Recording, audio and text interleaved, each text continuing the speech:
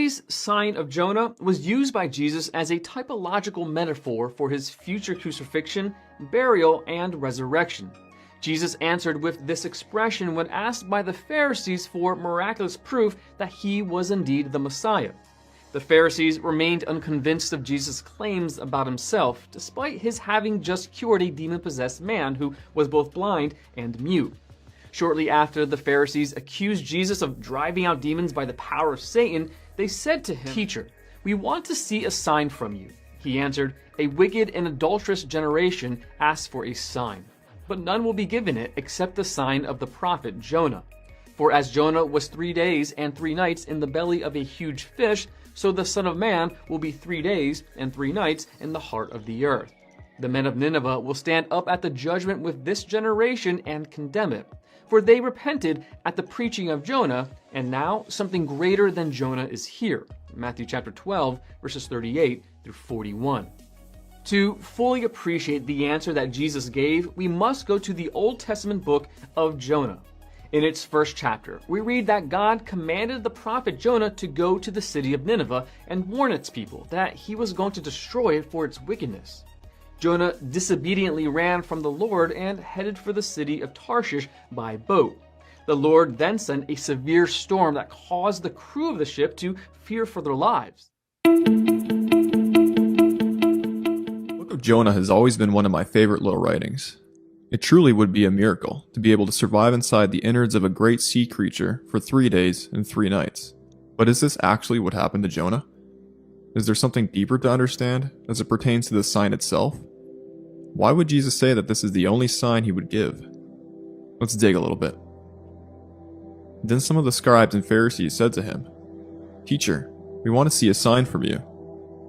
But he answered and said to them, "An evil and adulterous generation craves for a sign, and yet no sign will be given to it but the sign of Jonah the prophet. For just as Jonah was 3 days and 3 nights in the belly of the sea monster, so will the Son of Man be 3 days and 3 nights in the heart of the earth."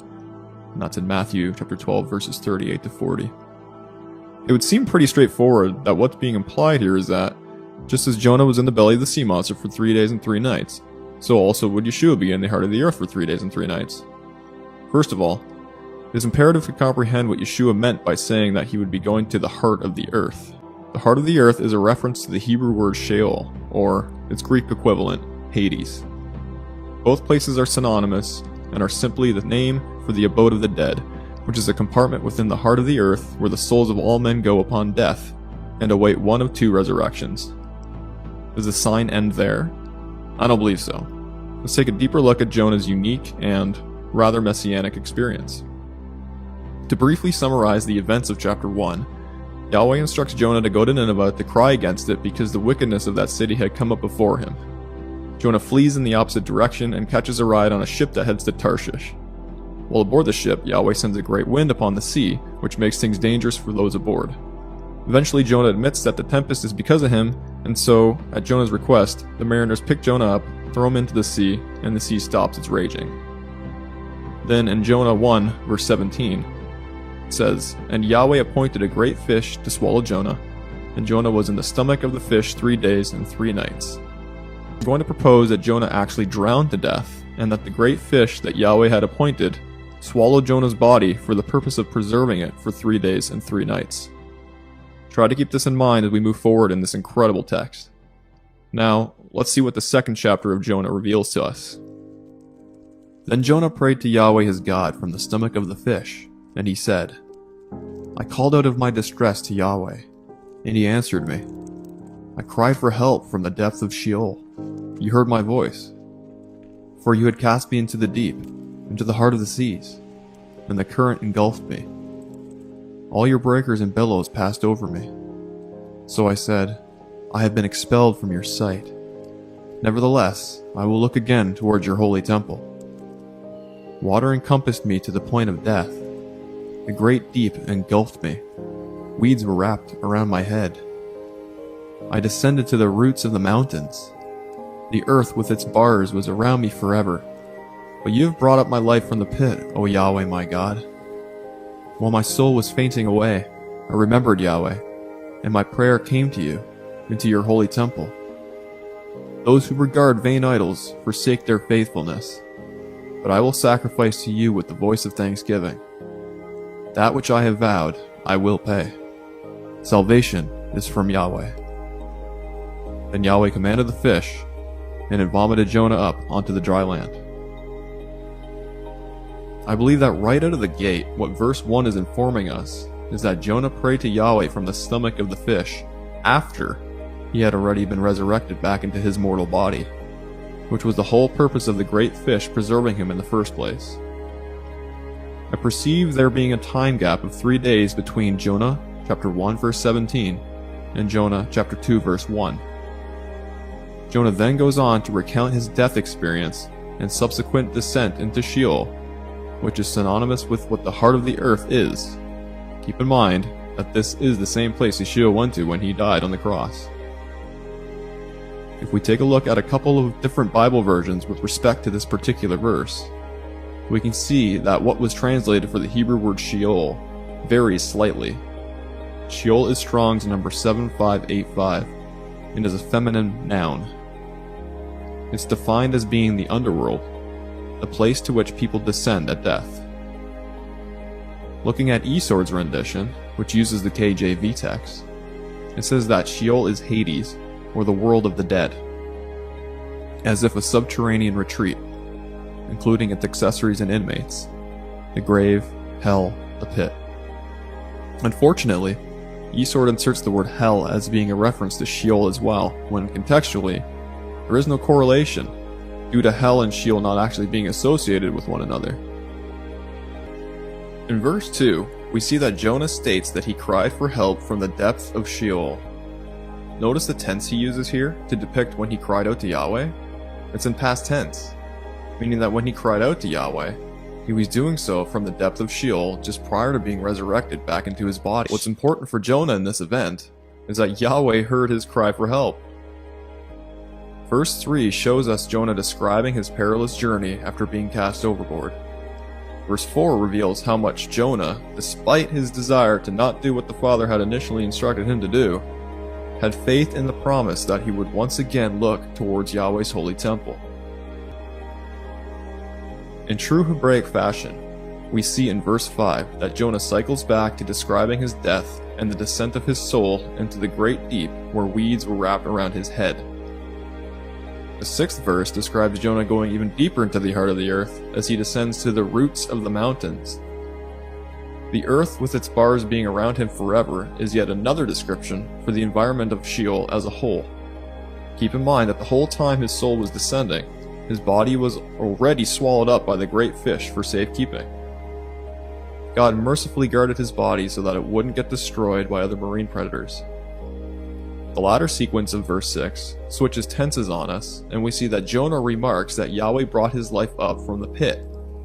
The pit, as we already saw in the Strong's Concordance, is yet another reference to the compartment within the heart of the earth, which by now we recognize as bearing the name Sheol. Verse 7, yet again, describes Jonah's soul as fainting away and him remembering Yahweh, and that his prayer was presented to Yahweh where he dwells in his holy place.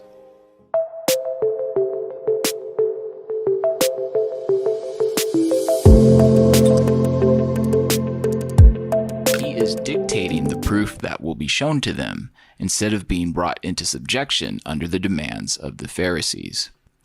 At this point, though, we must pause and look closely at what Jesus says. The proof that Jesus will offer is, quote, the sign of Jonah.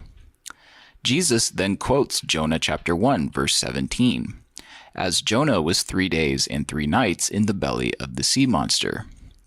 He then equivocates Jonah's time in the fish with a prophecy about his coming death and resurrection. Quote, so will the Son of Man be 3 days and 3 nights in the heart of the earth. Jesus is prophesying that he will spend 3 days and 3 nights in Sheol or Hades. In other words, the sign of Jonah that Jesus is going to give to the Pharisees is his death and resurrection. But if the sign of Jonah is death and resurrection, what does that mean happened to Jonah? Look at what Jesus says, quote, as Jonah, so will the Son of Man. Jesus is drawing a parallel between his legitimate death and what happened to Jonah in the belly of the fish. For clarity, let's go back to Jonah chapter 2 and examine a few interesting passages. Beginning in verse 1, "Then Jonah prayed to the Lord his God from the stomach of the fish, and he said, I called out of my distress to the Lord, and he answered me. I cried for help from the depth of Sheol. You heard my voice. Water encompassed me to the point of death. The great deep engulfed me. Weeds were wrapped around my head. I descended to the roots of the mountains. The earth with its bars was around me forever." Jonah was in the place of eternity, forever. That was not the fish's belly. "But you have brought my life up from the pit, O Lord, my God. But I will sacrifice to you with the voice of thanksgiving. That which I have vowed I will pay. Salvation is from the Lord." Jonah's prayer is that he cried to God for help from Sheol, also alluded to poetically in these verses as, quote, "the great deep, the roots of the mountains, the earth with its bars, and the pit at which he was at, quote, the point of death." He concludes his prayer acknowledging that salvation belongs to Yahweh. Upon the conclusion of his prayer, God makes the fish spit up Jonah on land, verse 10. While it is not a unanimous interpretation among theologians and Bible scholars, it is my opinion, as well as that of many others, that Jonah was fish food. He was dead.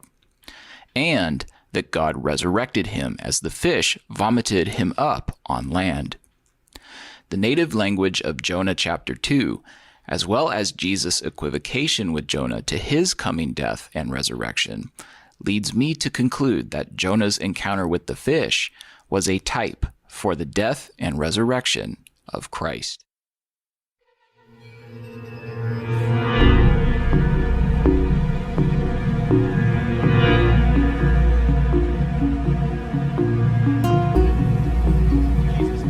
To a place of torment after his death, but he did go to Hades. Sheol, or Hades, was a realm with two divisions, a place of blessing and a place of judgment.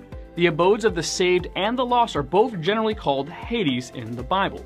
The abode of the saved is also called Abraham's bosom in the KJV, or Abraham's side in the NIV in Luke 16:22, and paradise in Luke 23:43. The abode of the unsaved is called hell in the KJV, or Hades in the NIV in Luke 16:23. The abodes of the saved and the lost are separated by a great chasm, Luke 16:26. When Jesus died, he went to the blessed side of Sheol, and from there took the believers with him to heaven, Ephesians 4, verses 8 through 10. The judgment side of Sheol, or Hades, has remained unchanged. All unbelieving dead go there awaiting their final judgment in the future. Did Jesus go to Sheol or Hades? Yes, according to Ephesians 4 verses 8 through 10 and 1 Peter 3 verses 18 through 20. Some of the confusion has arisen from such passages as Psalm 16:10 through 11, as translated in the King James Version, "For thou wilt not leave my soul in hell, neither wilt thou suffer thine Holy One to see corruption. Thou wilt show me the place of life." Hell is not a correct translation in this verse. A correct reading would be the grave or Sheol. Jesus said to the thief beside him, "Today you'll be with me in paradise," in Luke 23 verse 43. He did not say, "I will see you in hell."